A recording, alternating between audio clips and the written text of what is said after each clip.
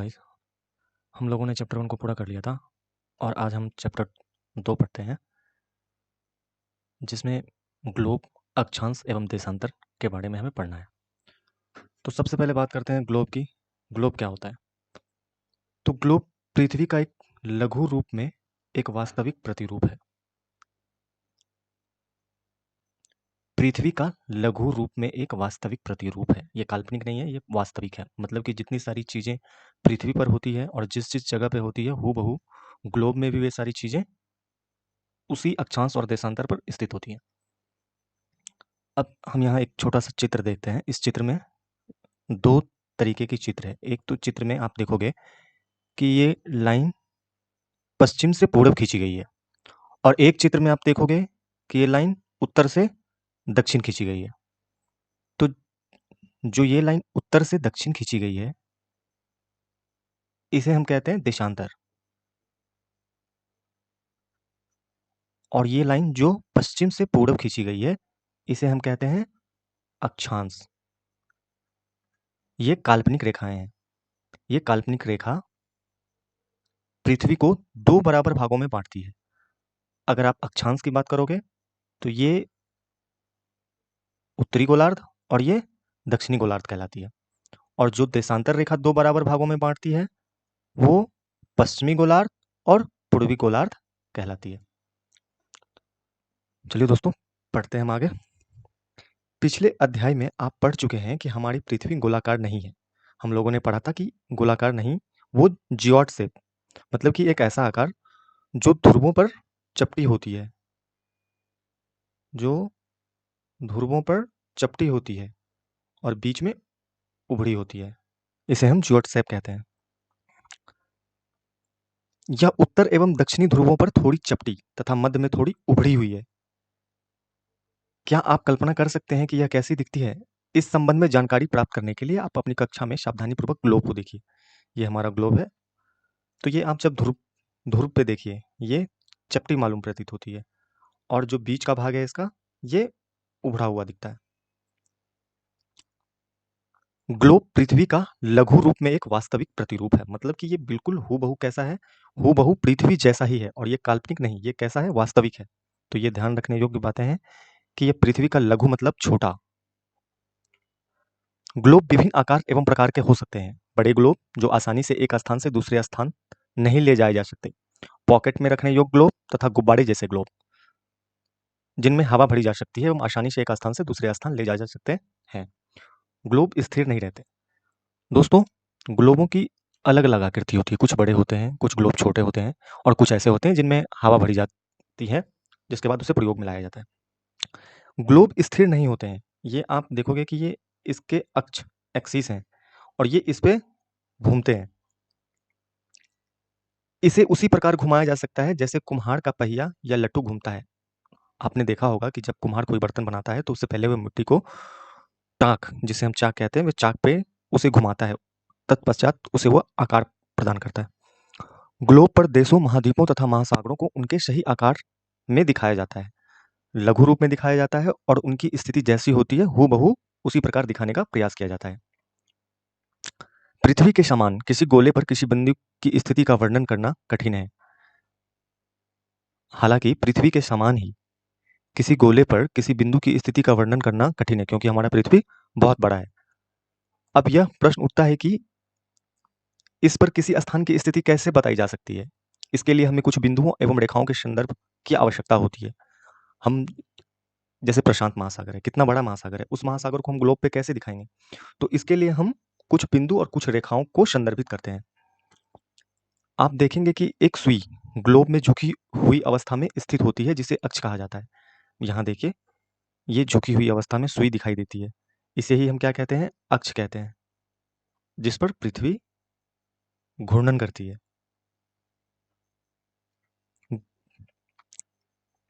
Globe पर वे 2 बिंदु जिनसे होकर सुई गुजरती है, उत्तर तथा दक्षिणी ध्रुव हैं। ये दक्षिणी ध्रुव, साउथ पोल, और ये उत्तरी ध्रुव, इसे हम नॉर्थ पोल भी कहते हैं। ग्लोब को इस सुई के चारों ओर पृथ्वी की भांति पश्चिम से पूरब पश्चिम से पूरब, ये हमें हमेशा याद रखना है। पश्चिम से पूरब पृथ्वी कैसे घूमती है? तो जो हमारी पृथ्वी घूमती है वो घूमती है पश्चिम से पूरब, वेस्ट टू ईस्ट। तभी तो सूर्योदय पूर्व की दिशा में होता है, पूर्व में सूर्योदय। लेकिन याद रखें इन दोनों में एक अंतर है, पृथ्वी पर वास्तव में ऐसी कोई सुई नहीं होती है। ये हमने कल्पना कर लिया है कि पृथ्वी ऐसे घूमती है, तो घूमती है तो हमने यहाँ एक्सिस दिखा दिया है, हमने यहाँ अक्ष दिखाया है, और ग्लोब पे इसे घुमाने में, ग्लोब पे हमें इसे घुमाने में आसानी होती है, इसलिए हमने ये कल्पना कर लिया कि पृथ्वी ऐसे घूम रही है। एक अन्य काल्पनिक रेखा भी ग्लोब को दो बराबर भागों में बांटती है, इसे विषुवत वृत्त कहा जाता है। देखो हम इसे ऐसे समझते हैं कि इसे दो बराबर भागों में बांटती है, उत्तरी गोलार्ध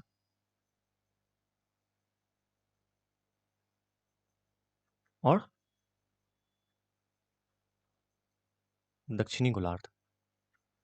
और ये वृत्त क्यों है? यहाँ तो हम देखते हैं कि ये हमें रेखा दिखती है और ये एक ही भाग दिखता है। तो आप इस इमेज से समझो कि पृथ्वी की स्थिति ऐसी है, और ये जो हम पढ़ते हैं या हम ड्रॉ करते हैं अर्थ को, तो ये उसका सिर्फ और सिर्फ अगला मतलब एक ही हिस्सा होता है। पीछे के हिस्से को हम कल्पना करते हैं और हम आगे के हिस्से को ड्रॉ करते हैं, मतलब ये लाइन पृथ्वी के चारों ओर है, और ये पृथ्वी मात्र ये सामने वाला हिस्सा नहीं है, ये इसे ऐसे समझो कि ये इसको ऐसे कवर करती हुई आती है और ये फिर यहाँ आके मिल जाती है। तो इसे विषुवत वृत्त कहा जाता है। वृत्त इसलिए क्योंकि यहाँ से ये गई और इसे कवर करती हुई यहाँ से मिलती हुई फिर ये आकर के और यहाँ पे मिल गई, इसीलिए इसे हम क्या बोलते हैं? इसे हम वृत्त बोलते हैं। पृथ्वी के उत्तर में स्थित आधे भाग को उत्तरी गोलार्ध, मतलब विषुवत वृत्त के जो उत्तरी भाग हैं उसे हम कहते हैं उत्तरी गोलार्ध, और जो दक्षिण में है ये भाग क्या कहलाते हैं? दक्षिणी गोलार्ध। ये दोनों बराबर के आधे भाग होते हैं, ये बराबर बराबर होते हैं। हमें से कोई पूछ सकता है क्या दोनों गोलार्ध बराबर होते हैं? तो हम कहेंगे हाँ, दोनों गोलार्ध बराबर होते हैं। इस प्रकार विषुवत वृत्त पृथ्वी पर एक काल्पनिक वृत्त बनाती है। इस प्रकार जो ये विषुवत वृत्त है पृथ्वी पर एक काल्पनिक वृत्त बनाती है। ये क्या वास्तविक वास्तविक वृत्त है? क्या ऐसा सच में हमारे पृथ्वी पे एक रेखा खींची गई है? तो नहीं, इसे हम कल्पना करते हैं कि ऐसी कोई रेखा, आप ये कल्पना किया गया है, ये वास्तविक रेखाएं नहीं है, इसे हम कल्पना करते हैं, ये काल्पनिक वृत्त बनाती है, एवं यह पृथ्वी पर विभिन्न स्थानों की स्थिति बताने का महत्वपूर्ण संदर्भ बिंदु है। ये अक्षांश रेखाएं, विषुवत वृत्त कैसी रेखा है? अक्षांश रेखाएं। अक्षांश रेखाएं विभिन्न स्थानों की स्थिति बताने का सबसे महत्वपूर्ण संदर्भ बिंदु है। हम इसे ऐसे याद रखेंगे। विषुवत वृत्त से ध्रुवों तक स्थित सभी समांतर वृत्तों को अक्षांश रेखाएं, अक्षांश या फिर हम इसे समांतर भी कहते हैं। क्यों कहते हैं? क्योंकि ये आपस में ध्रुव तक, आप देखो ध्रुव तक जाकर के ये बिंदु हो जाती है, लेकिन ये समांतर होती है, एक दूसरे को कभी एक दूसरे से मिलती नहीं है, ये बिल्कुल समांतर होती है, इसलिए हम अक्षांश को अन्य नाम से भी जानते हैं, अक्षांश, या फिर इसे हम अन्य नाम समांतर भी कहते हैं। अक्षांश को अंशों में मापा जाता है, इसे हम अंश में मापते हैं। जैसे ये विषुवत वृत्त 0 है, फिर 1 2 3 4 इस प्रकार करके ये ध्रुव तक जाकर 90 डिग्री उत्तरी ध्रुव और 90 डिग्री दक्षिणी ध्रुव के रूप में जानी जाती है। विषुवत वृत्त शून्य अंश अक्षांश को दर्शाती है, मतलब विषुवत वृत्त जिसे हम भूमध्य रेखा भी कहते हैं, ये शून्य अंश अक्षांश रेखा को दर्शाती है। चूंकि विषुवत वृत्त से दोनों तरफ ध्रुवों के बीच की दूरी पृथ्वी के चारों ओर वृत्त का 1/4 है। अब इसे हम ऐसे समझते हैं कि आप यहाँ से अगर ध्रुव तक जाओगे और यहाँ से नीचे, तो ये दोनों तरफ है, इधर से भी जाओगे और इधर से भी जाओगे, तो ये हिस्सा 1/4 है, मतलब 25%। और यहाँ से यहाँ तक की रेखा कितनी है? 90। और ये जिस प्रकार ये ऊपर है उस प्रकार ये नीचे भी है, 90 रेखाएं। और ये इसके अगले हिस्से के अलावा इसके पिछले हिस्से पर भी कुछ ऐसा ही, आप इसे कल्पना कीजिए। तो अतः इसका माप होगा 360 का 1/4, मतलब ये संपूर्ण 360 और ये इसका चौथाई, मतलब इसका 1/4 यानी 90 अंश। 360 को हमने 4 से डिवाइड कर लिया, तो ये 90 अंश। इस प्रकार 90 अंश उत्तरी अक्षांश उत्तर ध्रुव को दर्शाता है तथा 90 अंश दक्षिणी अक्षांश दक्षिणी ध्रुव को दर्शाता है। ये विषुवत वृत्त से आप जैसे जैसे पृथ्वी के ध्रुव तक जाओगे तो 90 अंश अक्षांश उत्तरी 0 डिग्री से आप 90 डिग्री तक ऊपर जाओगे तो ये उत्तरी गोलार्ध में उत्तरी ध्रुव तक पहुंच जाओगे, 90 डिग्री उत्तरी ध्रुव। ठीक उसी प्रकार आप जब दक्षिणी गोलार्ध में जाओगे तब 0 डिग्री विषुवत वृत्त से 90 डिग्री दक्षिणी ध्रुव तक पहुंच जाओगे।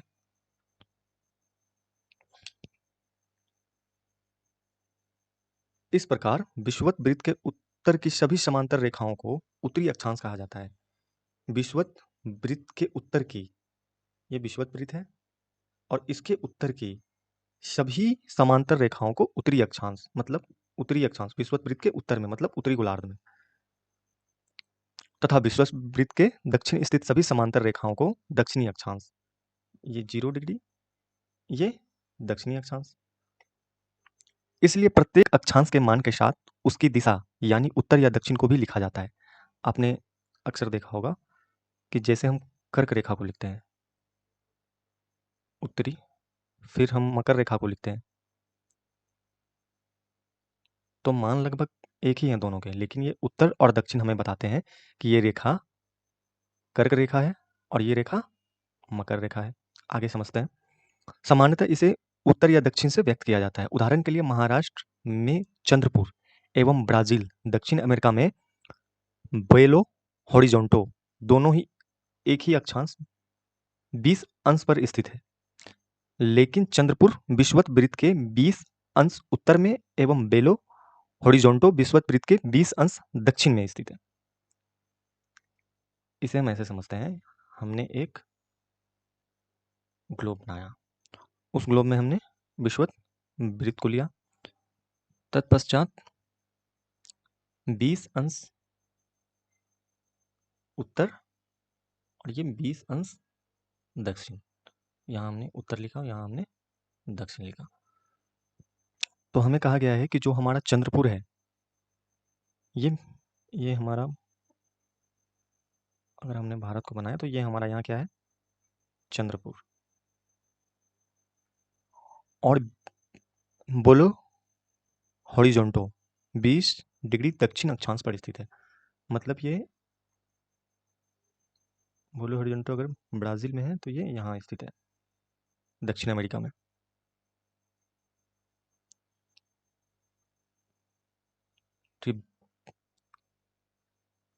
तो दोनों 20 डिग्री अक्षांश पे ही है, एक कैसा है, एक उत्तर में स्थित है और एक दक्षिण में स्थित है।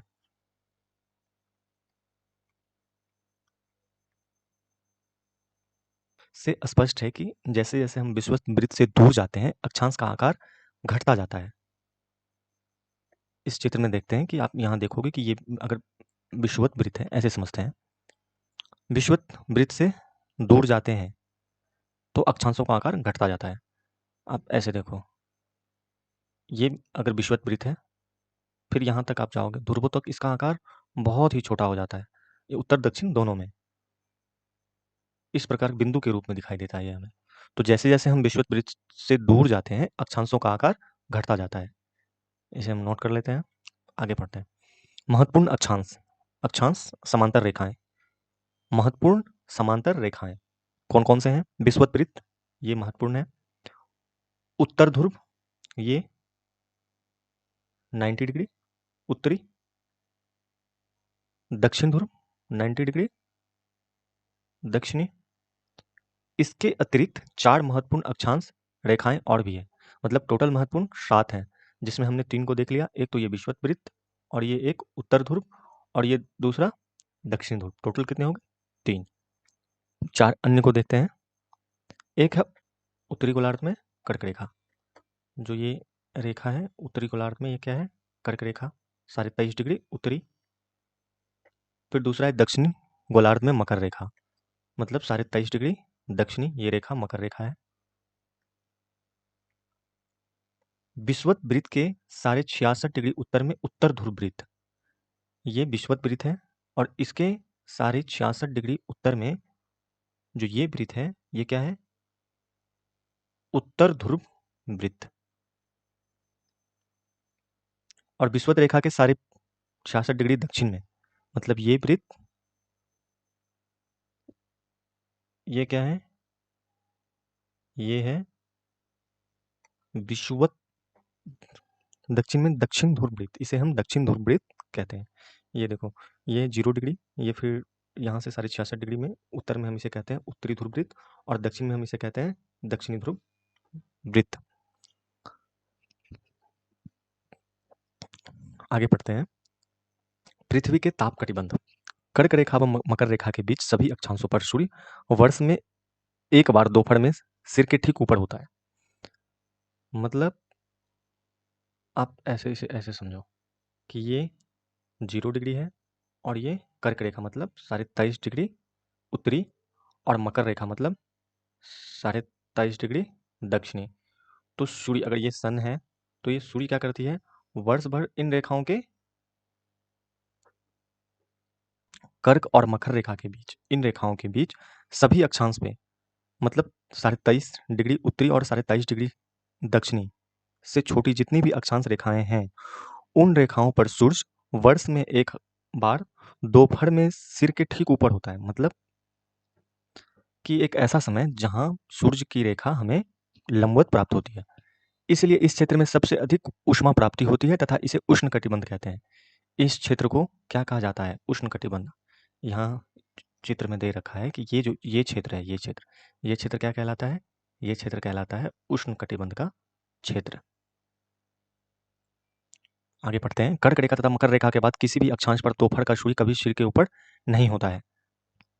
इन रेखाओं के अलावा जब हम ऊपर जाएंगे तो पृथ्वी की स्थिति ऐसी होती है कि ये 23.5 डिग्री उत्तरी अक्षांश के ऊपर तथा 23.5 डिग्री दक्षिणी अक्षांश के नीचे जो सूर्य की प्रकाश तिरछी पड़ती है, जिससे यहाँ ऊष्मा की अधिक प्राप्ति नहीं होती है। तो उष्ण कटिबंध का क्षेत्र इस क्षेत्र को कहते हैं। आगे पढ़ते हैं। ध्रुव की तरफ सूर्य की किरणें तिरछी होती जाती हैं। ये आकृति, इसे ऐसे देखो, क्या तिरछी आकृति इसे अधिक गर्म कर पाएगा? तो नहीं, तिरछी आकृति इसे गर्म नहीं कर पाएगा। हम आगे इसे, यहाँ हमने एक इमेज लगा रखा है, इसमें हम समझेंगे। ध्रुव की तरफ सूर्य की किरणें तिरछी होती जाती है। इस प्रकार उत्तरी गोलार्ध में कर्क रेखा एवं उत्तर ध्रुव वृत्त तथा दक्षिणी गोलार्ध में मकर रेखा एवं दक्षिण ध्रुव वृत्त के बीच वाले क्षेत्र का तापमान मध्यम रहता है, इसलिए इन्हें शीतोष्ण कटिबंध कहा जाता है। मतलब देखो, ये क्षेत्र कर्क रेखा है, कर्क रेखा से ये क्षेत्र जो है इसे हम कहते हैं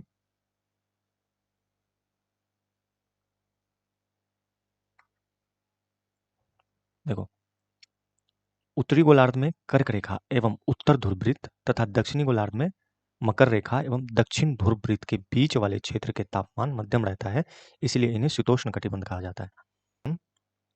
शीतोष्ण मतलब यहाँ शीत है और थोड़ा बहुत उष्ण है, इसलिए इसका नाम क्या है? शीतोष्ण कटिबंध। और फिर ये 90 डिग्री है, और ये मतलब 66.5 डिग्री से 90 डिग्री तक के क्षेत्र को बोला जाता है क्या? शीत कटिबंध। यहाँ भी और यहाँ भी, ये भी है शीत कटिबंध और ये भी है शीत कटिबंध, दोनों शीत कटिबंध। और ये फिर शीतोष्ण कटिबंध और ये उष्ण कटिबंध। उत्तरी गोलार्ध में उत्तर ध्रुव वृत्त एवं उत्तरी ध्रुव तथा दक्षिणी गोलार्ध में दक्षिण ध्रुव वृत्त एवं दक्षिणी ध्रुव के बीच के क्षेत्र में ठंड बहुत होती है, क्योंकि यहाँ सूर्य क्षितिज से ज्यादा ऊपर नहीं आ पाता है, इसलिए शीत कटिबंध कहलाता है। उस स्थान को कहा जाता है जहां हमें आकाश और पृथ्वी, इन दोनों जगहों का मिलन प्रतीत होता है। मतलब ऐसा लगता है कि मानो ये एक दूसरे से उस जगह पे मिल रहे हो। तो आपको सूर्य ध्रुवों पर बन देखा था, उसमें ये सूर्य क्या कभी सर के ऊपर आते हैं? नहीं, ये हमेशा क्षितिज, मतलब आकाश और जमीन जहां मिल रहे होते हैं, ये हमेशा वहीं प्रतीत होते हैं, कभी ये हमारे सर के ऊपर नहीं आते हैं। मतलब जैसे हम लोगों के यहाँ सूर्यास्त होता है, ये ठीक उसी प्रकार की स्थिति होती है। ये सूर्यास्त में जिस प्रकार डूबता है, ये वहाँ ऐसे ही स्थिति में रहता है। ये कभी सर के ऊपर, मतलब यहाँ दोपहर का समय होता ही नहीं है। यहाँ दोपहर वाली स्थिति नहीं होती है कि सूर्य जिस प्रकार से हम देखते हैं कि हमारे गर्मी के मौसम में, हमारे उष्णकटिबंध में सूर्य हमारे सर के ऊपर आता है, लेकिन यहाँ इस प्रकार की स्थिति नहीं होती है। यहाँ ये क्षितिज के पास ही महसूस होता है, इससे ज़्यादा ऊपर नहीं आ पाता है। अब देशांतर क्या है?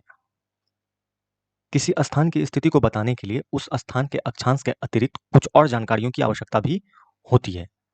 आप देख सकते हैं कि प्रशांत महासागर में स्थित टोंगा द्वीप एवं हिंद महासागर में स्थित मॉरिशस द्वीप एक ही अक्षांश 20 डिग्री दक्षिण पर स्थित है। इसे ऐसे समझते हैं कि अगर ये ग्लोब है, तो इस ग्लोब में आप यहाँ पे 0 डिग्री, ये 0 डिग्री विषुवत है। अब इसमें हमें देखना है कि हिंद महासागर, प्रशांत महासागर में स्थित टोंगा द्वीप एवं हिंद महासागर में स्थित मॉरिशस द्वीप। तो हिंद महासागर मॉरिशस द्वीप की स्थिति देखते हैं हम। तो ये हमारा है, अगर हम अफ्रीका को ड्रॉ करते हैं तो ये हमारा अफ्रीका है। तो ये अगर हमने अफ्रीका को ड्रॉ किया,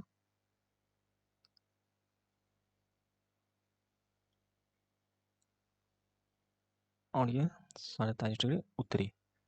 तो यहाँ हमने देखा कि जो हमारा मॉरिशस है वो 20 डिग्री दक्षिण यहाँ है, और टोंगा टोंगा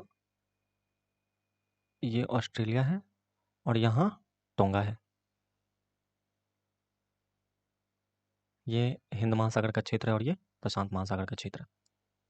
तो कहता है कि उत्तर ध्रुव को दक्षिण ध्रुव से जोड़ने वाली संदर्भ रेखा पूरब या पश्चिम की ओर इन स्थानों की से दूरी कितनी है।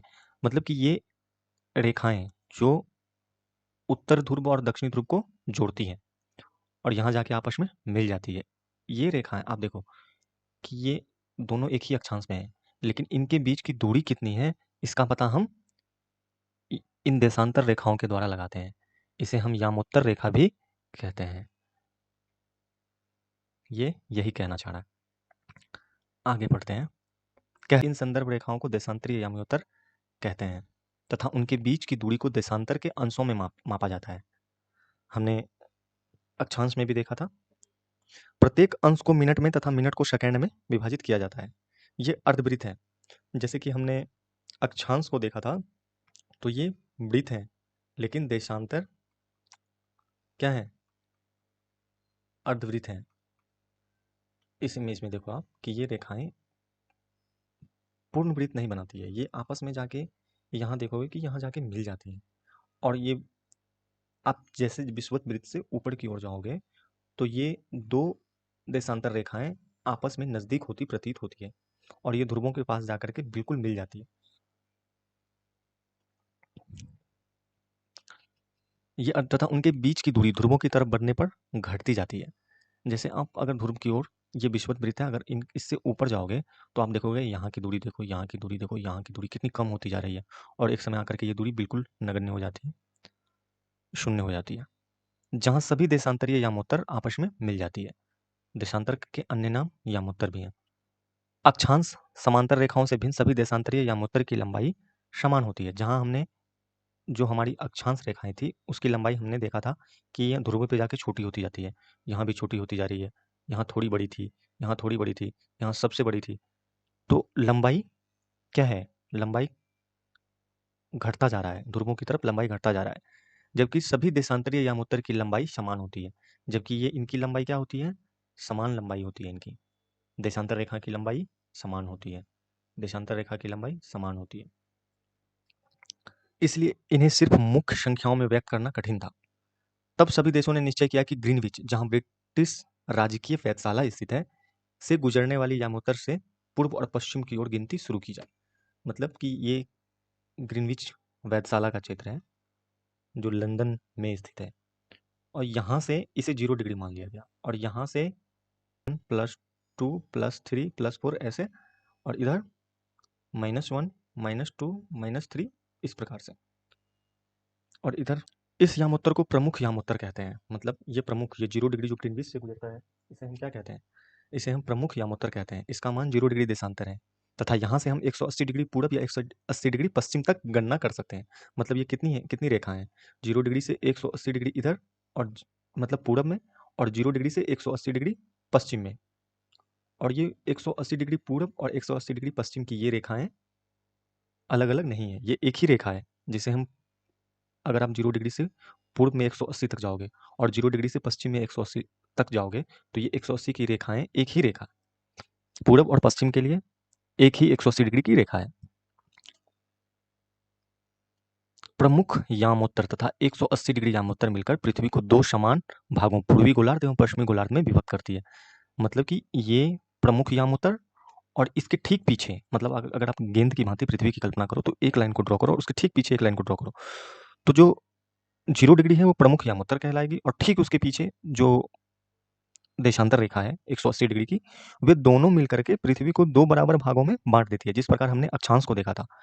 तो ये 0 डिग्री अक्षांश पृथ्वी को 2 बराबर भागों में बाँटी, तो ये उत्तरी गोलार्ध और दक्षिणी गोलार्ध कहलाया। लेकिन जब ये देशांतर 0 डिग्री और 180 डिग्री यामोत्तर मिलकर 2 बराबर भागों में बाँट दी, तो ये कहलाएगा पश्चिमी गोलार्ध और ये कहलाएगा पूर्वी गोलार्ध। क्यों? क्योंकि ये पूरब का क्षेत्र है और ये पश्चिम का क्षेत्र है।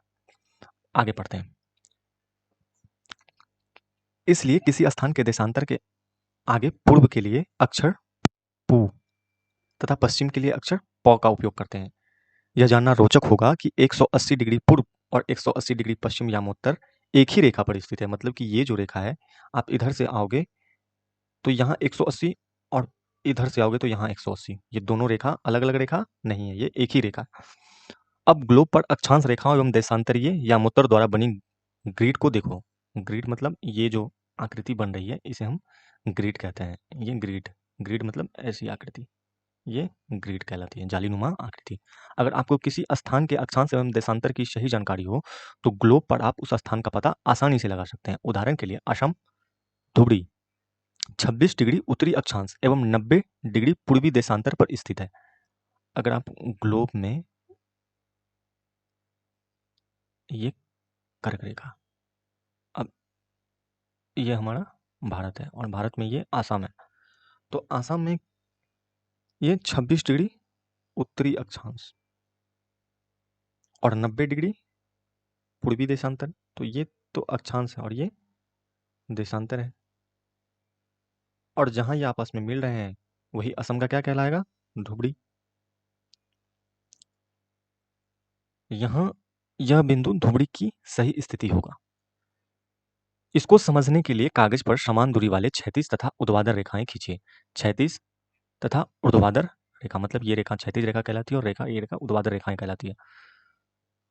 ऊर्ध्वाधर रेखा को संख्या 1 2 3 4 यहाँ चित्र दे रखा है। ये ऊर्ध्वाधर रेखा 1 2 3 4 और ये क्षैतिज रेखा क ख ग घ ड़। अब इसमें देखो कि जहाँ ये बिंदु मिल रहे हैं, वहाँ इन्होंने क्या किया है? वृत्त बना दिया है। यहाँ ये बिंदु मिल रहे हैं। अब आप देखेंगे कि वृत्त अ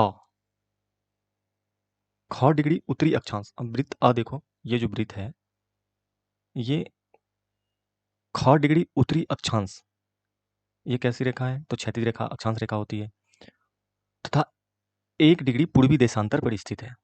उसी प्रकार जब आप वृत्त 100 को देखोगे, तो ये वृत्त स ग डिग्री उत्तरी अक्षांश तथा 3 डिग्री पूर्वी देशांतर पर स्थित है। इसी प्रकार हम अलग-अलग वृत्तों की स्थिति ज्ञात करेंगे। देशांतर और समय। समय को मापने का सबसे अच्छा साधन पृथ्वी, चंद्रमा एवं ग्रहों की गति है। सूर्योदय एवं सूर्यास्त प्रतिदिन होता है और ऐसा इसलिए होता है क्योंकि पृथ्वी अपने अक्ष पे घूमती है और 24 घंटे में 360 डिग्री घूम जाती है। इसलिए सूर्योदय एवं सूर्यास्त प्रतिदिन होता है। अतः स्वाभाविक ही है कि यह पूरे विश्व में समय निर्धारण का सबसे अच्छा साधन है। स्थानीय समय का अनुमान सूर्य के द्वारा बनने वाली परछाई से लगाया जा सकता है। अभी स्थानीय समय क्या होता है? तो स्थानीय समय होता है सूर्य की परछाई से समय को ज्ञात करना, वो कहलाता है स्थानीय समय। जैसे स्थानीय समय, अब स्थानीय समय क्या होता है कि स्थानीय समय को हम ऐसे समझते हैं कि जैसे सूर्य द्वारा वस्तु की परछाई कितनी बड़ी बन रही है, कितनी छोटी बन रही है, इस प्रकार से जो हम समय को मानते हैं, वो कहलाता है उस स्थान का स्थानीय समय। जो दोपहर में सबसे छोटी एवं सूर्योदय तथा सूर्यास्त के समय सबसे लंबी होती है। ग्रीनविच पर स्थित प्रमुख यामोत्तर पर सूर्य जिस समय आकाश के सबसे ऊंचे बिंदु पर होगा, उस समय यामोत्तर पर स्थित सभी स्थानों पर दोपहर होंगी। ये कहना चाह रहा है कि जैसे ये 0 डिग्री है, तो जिस समय आकाश के सबसे ऊंचे बिंदु पर होगा, मतलब कि अगर सूर्य इसके ठीक ऊपर होगा, तो प्रकाश सभी भागों को लंबवत प्राप्त होगी। तो यामोत्तर पर सभी स्थान दोपहर की स्थिति को प्राप्त होंगे। जो कि पृथ्वी पश्चिम से पूर्व की ओर चक्कर लगाती है। पृथ्वी कैसे चक्कर लगाती है? अगर ये घूम रही है तो कैसे घूमती है? ये पश्चिम से पूर्व की ओर घूमती है। अतः ये स्थान जो ग्रीनविच के पूर्व में है, मतलब कि ये अगर ग्रीनविच है 0 डिग्री है, तो इसके जो पूर्व में है, उनका समय ग्रीनविच से आगे होगा तथा पश्चिम में जो है उनका पीछे होगा। मतलब इधर हम प्लस डालेंगे और इधर माइनस डालेंगे। समय के अंतर की दर की गणना निम्नलिखित विधि से की जा सकती है। पृथ्वी लगभग 24 घंटे में अपने अक्ष पर 360 डिग्री घूम जाता है। मतलब अगर ये इसके अक्ष हैं, तो ये इस यहाँ से अगर घूमना प्रारंभ करती है, अगर इस हिस्से से घूमना प्रारंभ करती है, तो वापस इस स्थिति तक आने में, मतलब ये 360 डिग्री पूरा घूमने में इसे 24 घंटे का समय लगता है, 360 डिग्री घूमने में। अर्थात वह 1 घंटा में 15 डिग्री, मतलब 24 घंटे में 360, तो 1 घंटे में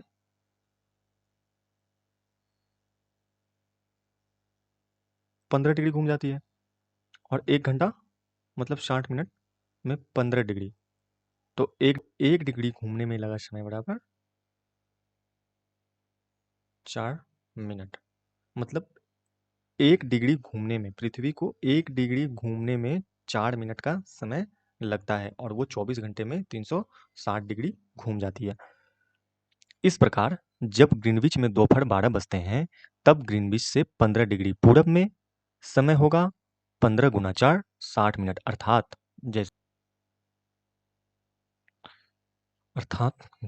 ग्रीनविच के समय आप इसे देखो कि अगर ये 0 डिग्री है, मतलब ये प्रधान यामोत्तर है, मतलब ये प्रधान देशांतर रेखा है।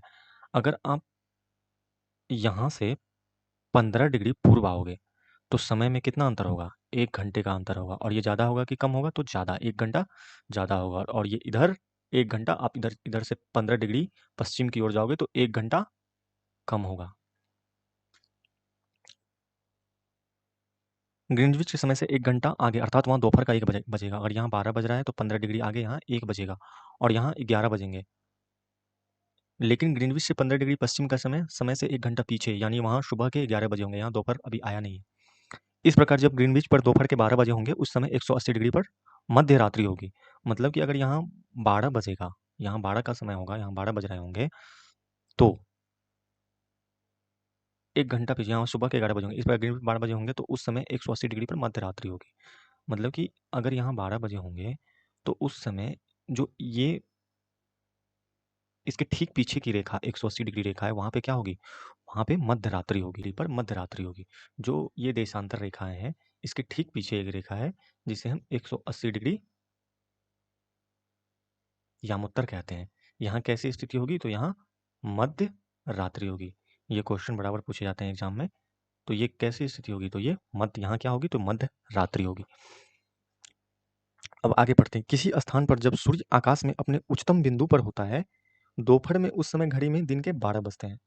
इस प्रकार घड़ी के द्वारा दिखाया गया उस समय उस स्थान का स्थानीय समय होगा। मतलब कि जब सूर्य अपने उच्चतम बिंदु पर होता है, मतलब आकाश में सूर्य अपने उच्चतम बिंदु पर होता है, तो दिन के 12 बजते हैं, और ये उस स्थान का स्थानीय समय होता है। आप देख सकते हैं कि दिए गए देशांतरीय यामोत्तर पर सभी स्थानों का स्थानीय समय समान है।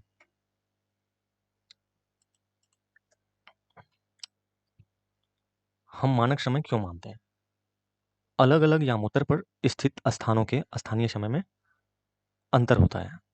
अलग अलग यामोत्तर पर स्थित स्थानों के स्थानीय समय में अंतर होता है। अब देखो ये भारत की स्थिति, ये अगर भारत है, तो आप देखोगे कि ये जो इसका पश्चिमी हिस्सा है, वहाँ जो देशांतर रेखा है वो है 68 डिग्री देशांतर रेखा इसे स्पर्श करती है। जो भारत का पश्चिमी हिस्सा है उसे 68 डिग्री पूर्वी देशांतर रेखा स्पर्श करती है, और जो भारत का पूर्वोत्तर क्षेत्र है वहाँ 97 डिग्री पूर्वी देशांतर रेखा इसे स्पर्श करती है, और दोनों के बीच में लगभग 30 डिग्री देशांतर का अंतर है। तो इस समस्या से निजात पाने के लिए, हालांकि पूर्णतः तो निजात नहीं पाया जाता है, समय का अंतर तो होता ही है, लेकिन फिर भी इसके अंतर को कुछ कम करने के लिए हमने जो हमारे बीच की रेखा, जो हमारे देश के, जो हमारे भारत के बीच से गुजरती है, 62.5 डिग्री पूर्वी रेखा, इसे हमने यामोत्तर रेखा, इसे हमने जो 82.5 डिग्री की मानक यामोत्तर रेखा मान लिया है, इसे हमने क्या मान लिया है? इसे हमने मानक यामोत्तर रेखा मान लिया है। उदाहरण के लिए बहुत से देशांतरों से होकर गुजरने वाली रेलगाड़ियों के लिए समय सारणी तैयार करना कठिन होगा। हाँ, अब रेलगाड़ी इधर से इधर जा रही है तो समय सारणी तैयार करने में कठिनाई तो होगी।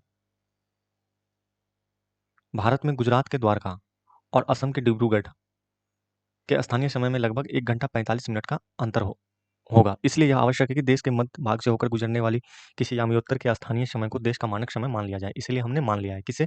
82 डिग्री पूर्वी देशांतर को, जो हमारे यहाँ इलाहाबाद के मिर्जापुर जिले के चुनार से गुजरती है। मानक यामोत्तर, भारत की मानक यामोत्तर रेखा, इस यामोत्तर रेखा के स्थानीय समय को पूरे देश का मानक समय माना जाता है। भारत में 82.5 डिग्री पूर्वी को मानक यामयोत्तर रेखा माना गया है। इस यामयोत्तर के स्थानीय समय को पूरे देश का मानक समय माना जाता है। इसे भारतीय मानक समय के नाम से जाना जाता है। किसे? तो 82.5 डिग्री पूर्वी देशांतर को। इस रेखा से ही समय का निर्धारण किया जाता है। अब 82.5 डिग्री पूर्वी देशांतर रेखा, हमने देखा था कि अब हम ये आप सोचो कि यहाँ का समय कैसा होगा। ये अगर ग्रीनविच है और इस रेखा से हम किधर जा रहे हैं? पूर्व की ओर कि पश्चिम की ओर? तो हम पूर्व की ओर जा रहे हैं। तो समय कैसा होगा? समय बढ़ेगा कि घटेगा? तो बढ़ेगा। कितना बढ़ेगा? तो हमने देखा था कि 15 डिग्री बढ़ने पर 1 घंटा बढ़ जाता है। तो इसी प्रकार जब हम 82.5 डिग्री बढ़ के आएँगे तो समय में कितना बढ़ोतरी होगा? तो समय में 5 घंटा और 30 मिनट, मतलब 5.5 घंटा की बढ़ोतरी होगी। इस याम्योत्तर के स्थानीय समय को पूरे देश का मानक समय माना जाता है। कबीर भोपाल के निकट एक छोटे से नगर में रहता है। भोपाल मतलब यहाँ का क्षेत्र के एक छोटे नगर में रहता है। वो अपने मित्र आलोक से कहता है कि वे लोग आज रात्रि में नहीं सो पाएँगे। भारत एवं इंग्लैंड के बीच एक क्रिकेट मैच लंदन में 2 बजे अपराह्न में शुरू होगा। मतलब यहाँ जो ग्रीनविच का क्षेत्र है, इस क्षेत्र में 2 बजे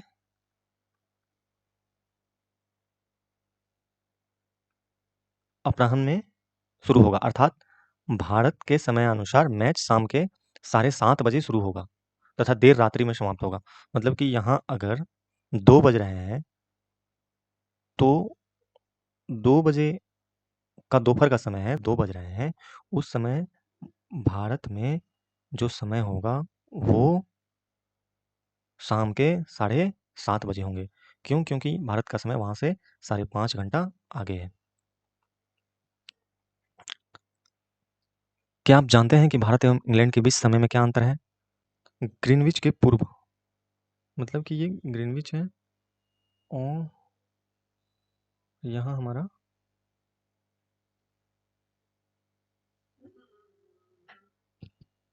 मतलब कि ये अगर ग्रीनविच है तो ये हमारा भारत है। तो ये भारत क्या है? ग्रीनविच के पूर्व में स्थित है, और यहाँ का समय लंदन से 5 घंटा 30 मिनट आगे। इसलिए जब लंदन में दोपहर के 2 बजे होंगे तो यहाँ शाम के 7:30 बजेंगे। कुछ देशों का देशांतरीय विस्तार अधिक होता है, जिसके कारण वहाँ एक से अधिक मानक समय अपनाए गए हैं। अब जो जैसे कि रशिया और अमेरिका जैसे देश हैं, उन देशों में देशांतरीय विस्तार अधिक है। इसलिए वहाँ किसी एक रेखा से समय, किसी 1-2 रेखा से समय का निर्धारण नहीं हो सकता। इसलिए वहाँ अलग-अलग रेखाओं को अलग-अलग स्थानीय समय के लिए मान लिया गया है। जैसे रूस में देखेंगे तो 11 मानक समयों को अपनाया गया है। मतलब 11 रेखाएँ, 11 देशांतरी रेखाओं से वहाँ का समय निर्धारण किया जाता है। पृथ्वी को 1 घंटे वाले 24 समय क्षेत्रों में बाँटा गया है। इस प्रकार प्रत्येक समय क्षेत्र 15 डिग्री देशांतर तक के क्षेत्र को घेरता है। पृथ्वी को 1-1 घंटे वाले 24 समय क्षेत्रों में बाँटा गया है। 24 समय इसलिए तो 24 घंटा। तो पृथ्वी को 1-1 घंटे वाले 24 समय क्षेत्र में बाँटा गया है। इस प्रकार प्रत्येक समय क्षेत्र 15 डिग्री देशांतर तक के क्षेत्र को घेरता है। तो जो 24 घंटे का क्षेत्र बांटा गया है, मतलब पृथ्वी, अगर ये पृथ्वी है और ये पृथ्वी को 24 क्या किया गया है, 24 समय क्षेत्र में बांट दिया गया है, मतलब 24 घंटा, और प्रत्येक समय क्षेत्र 15 डिग्री देशांतर तक के क्षेत्र को घेरता है। मतलब ये अगर ये यामोत्तर 0 डिग्री है और यहाँ से आप आगे 15 डिग्री तक आओगे, तो ये यहाँ तक के क्षेत्र को घेरेगा, फिर 30 डिग्री, मतलब ये इस समय यहाँ तक चलेगा।